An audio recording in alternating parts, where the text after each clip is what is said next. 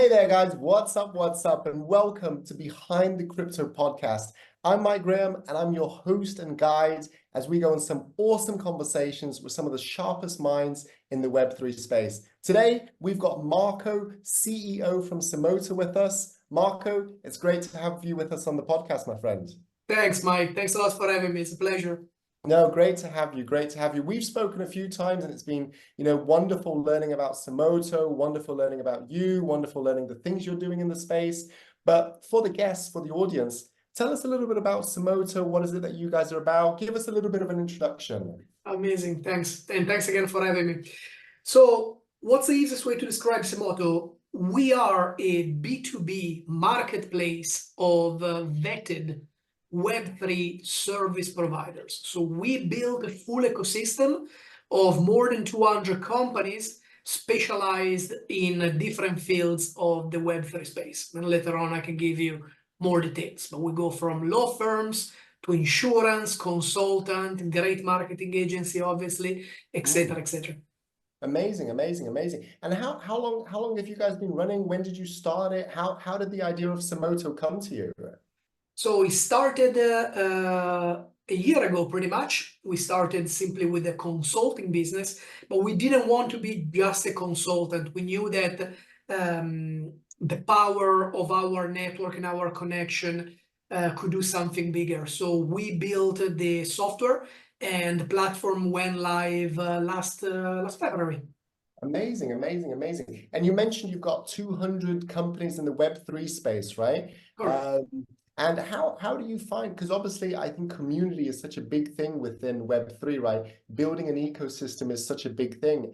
How do you find that being an important part to Semoto? And more importantly, how do you find that being an important part to the companies that you've got within the ecosystem? Absolutely. No, it's a great question.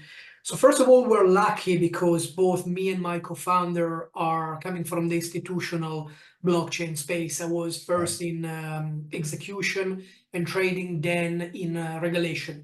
So throughout my career, I dealt with incorporation, the tax element, the compliance element, all the boring part that cannot be ignored.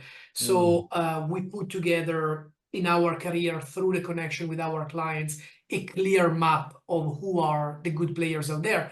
My co-founder, Gordon Lee, was running a pretty successful accelerator here in the UK. So obviously a flow of providers that were supporting startups in his ecosystem approached him. So together we really have a grasp of who's good out there. Amazing. And the goal is exactly that, Mike, to exactly what you mentioned, like filter out those wannabe expert people that change their title on LinkedIn and all of a sudden they're experts. Yeah, they're CEOs. Yeah, no, absolutely. I mean, look, it's really interesting actually hearing what you guys are doing in the Web3 space, that marketplace, kind of bringing companies together, creating that bridge for people to collaborate and do business together. How did you end up in the Web3 space, Marco? I think everybody always has an interesting journey about this. How did you end up in this industry? Probably boring stories that a lot of your past guests already mentioned. I was in TradFi. For 16 years, I was managing brokerage firms, executing for asset manager, family office, private banks on derivatives, equity, things like that. Then in 2016, I was already trading my own portfolio in digital assets. A few clients start calling in saying, we want to trade this new thing called Bitcoin. Not much could be done at the time. It was only listed on the CME for institutional clients, but raised my hands. I said, I know a couple of things. Let me give it a shot. So this is how I started. It developed into providing custody, providing multiple solutions, and then it turned into regulation. So data analytics, regulatory framework, and anti-money laundering. We were providing the solution to the big guys, Binance, Coinbase, VAR in Dubai, etc., etc. Amazing, amazing. Web3 has that magic, doesn't it? You get involved in one way, and then before you know it, you're going down the rabbit hole and you're doing crazy and wonderful things. It sounds like your journey is a little bit like that. Absolutely. Very, very cool. Very, very nice. So listen, tell us a little bit about kind of, I guess, with Semoto, what is the biggest thing that you guys are addressing, like in terms of a solution or in terms of the problem? Like, what have you noticed is the biggest thing that why projects are coming to you guys?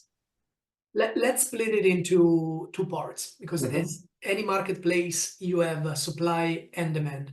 So we have clients, projects, entrepreneurs, Web2 companies moving into the space. More and more we see and serve those type of clients. On the other hand, we have the service providers. Again, marketing agency, consulting firms. The only thing that we don't touch, just for clarity, are freelancers. So what are the pain points for these two type of personas? Clients struggle to find the support that they need. When you launch a project, you tend to focus on your idea, on the development. You leave for a later stage important questions that need to be addressed, from incorporation to tax elements. And when you rush to find solution, you tend to rely on word of mouth. This is when problem happens, because people need to have more offers. They need to compare, and they need to compare quickly. You cannot waste 2-3 months comparing different solutions and different offers. So the solution from Semoto is this powerful search engine that really filters down based on your need, geographical focus, budget, etc., etc. So it gives you multiple solutions that you can negotiate with. It saves you even time during the negotiation process. And you have the peace of mind that somebody has already vetted these people, and almost as a layer 2, the whole community is leaving a review, ranking, so you can really gather color on who are you working with. On the other end, for the provider is a different sort of issues. Definitely it's harder to get in front of good clients, and it's even harder to be informative at an early stage. The sales process has moved away from a company. When a client tends to approach you, they've already done some sort of homeworks. They already know who are your competitors, and they already have an idea. Marketplace are a great solution to be early in the journey. Give them quick information, quick bullet points that can clearly make up their mind.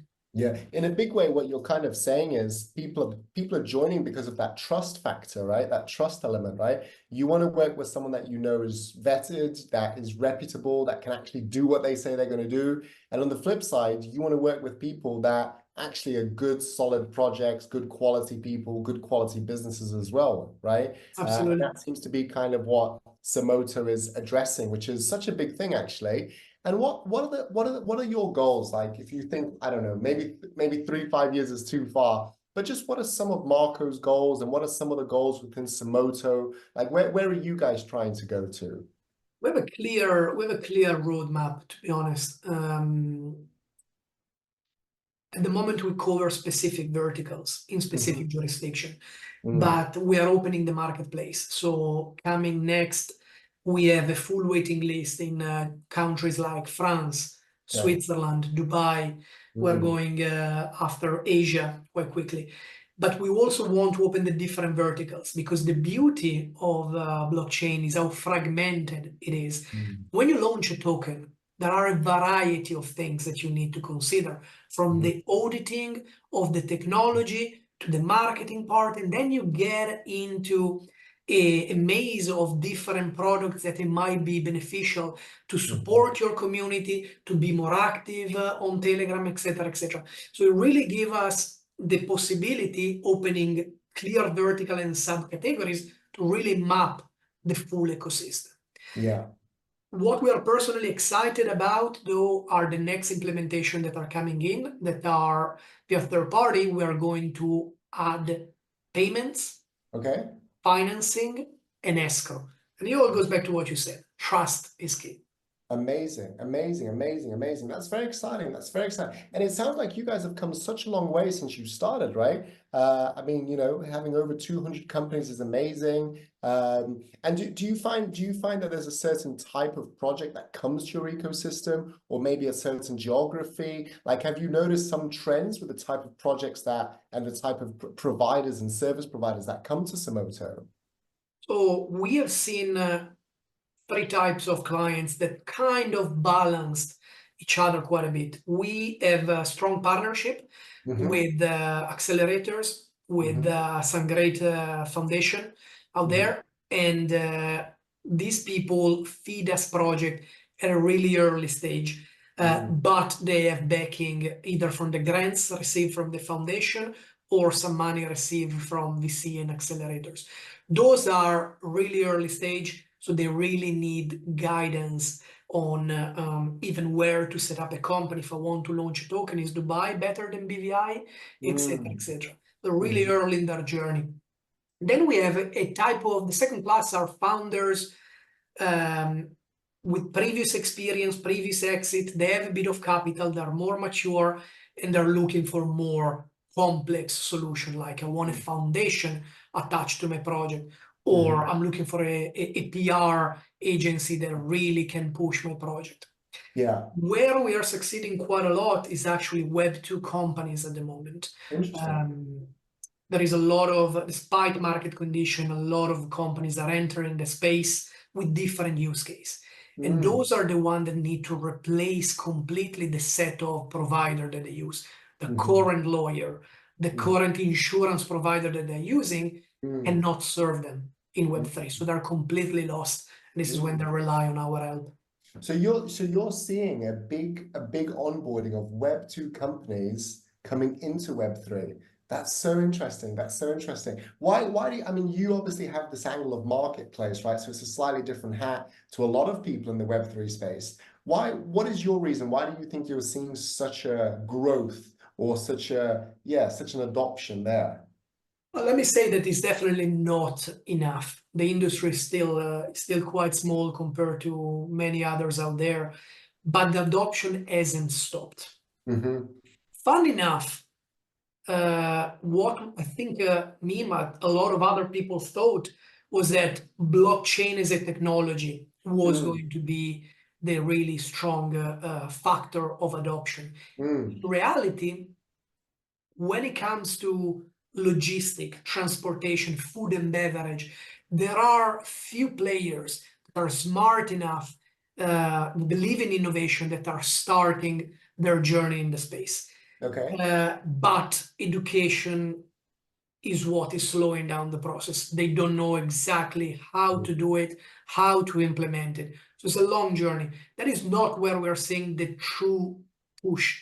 Where we're seeing interest is, I don't want to say unfortunately, but it's a reality, the speculative aspects of crypto, because that affects traditional financial company. A family office that doesn't want to touch crypto per se has a clientele with an appetite.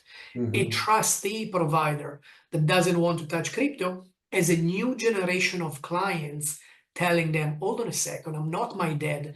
I have crypto. I want to hold part of my wealth. So all of a sudden, all these players must adapt. It's so fascinating, isn't it? It's so interesting. And I think you're right. A lot of it is speculative, right? Like Bitcoin, I have friends outside of crypto that text me like, what's going on with Bitcoin when it starts to drop? I'm like, I don't know. I'll just call the guy and ask him, you know, I'll call the guy and see what's happening. But it is speculative. And I think what's interesting is as more people get in, there's going to be more user cases where they're using it maybe in their real industry and it's connecting with Web3. And I think that's going to be really interesting. Absolutely. Right? So listen, just coming maybe towards the end of our conversation, it's been so interesting learning about Semoto, learning about what you guys do. What is a movement? What is something at the moment in the space that you're seeing? Because you kind of see a lot of the space. You see a little bit like me, I kind of get a perspective of talking to loads of different projects and clients at once. What is a movement? What is a narrative that you're seeing that you're quite bullish on at the moment? That you're like, oh, this is something exciting happening in the Web3 space. So let me give you two answers to this one. I can tell you a narrative that we're seeing a lot, and I don't think is a good thing. Having a visibility on so many projects, so many startups, we keep seeing a trend of a new wallet, a new payment solution. That doesn't bring adoption. We still need to find a good use case that will bring the masses. Another wallet, unfortunately, is not going to make any difference. I believe we're going to see a lot of consolidation in the next few years. What really excited us is VPN, RWA, so really exciting stuff that can change the world, can make other users, more adopters, understanding the true power of blockchain. Yeah, deepen, and I mean, for me, RWA is something that I'm very passionate about. You know, we work a lot with RWAs at Cryptorsy, and yeah, we just see there's so many exciting things happening in the space, isn't it? The whole tokenization, people going through that, and it's interesting because RWAs are bringing with them a whole new wave of like mentality and thought process, and even investors as well, right? So it's really, really cool. It's really, really cool. Listen, just to wrap up, Marco, I've loved the thoughts. I've loved your insights. It's been wonderful. I always ask the guests to share one of two things, either a motivational quote or, you know, some sort of advice for builders, founders, project CEOs listening. It's totally up to you. It could be a quote or it could be a, you know, some sort of inspirational advice. What would you like to do? I'm not smart enough to drop any quotes on anybody, but what I can tell is I just would like to beg the entrepreneurs, the startup out there, do your homework. Don't ignore important topics like legal and regulation. It's not going anywhere. It's pointless to fight it. You need to be prepared for it. So it costs a bit of money, but do your homework, be prepared, use the right providers. Yeah, that makes a lot of sense. That makes a lot of sense. I think especially in well, any industry, right? But I think especially in Web3, just doing your homework, making sure you're using the right providers, making sure you're working with the right people, it just sets you up for so much less suffering in the future, right? So no, it's really, really good. Marco, it's been an absolute pleasure having you with us. Thank you so much. Guys, I hope you've enjoyed listening to today's interview. This has been Mike G with Marco from Semoto. I look forward to seeing you at the next episode. See you at the top. Thanks, everyone. Thanks, Mike.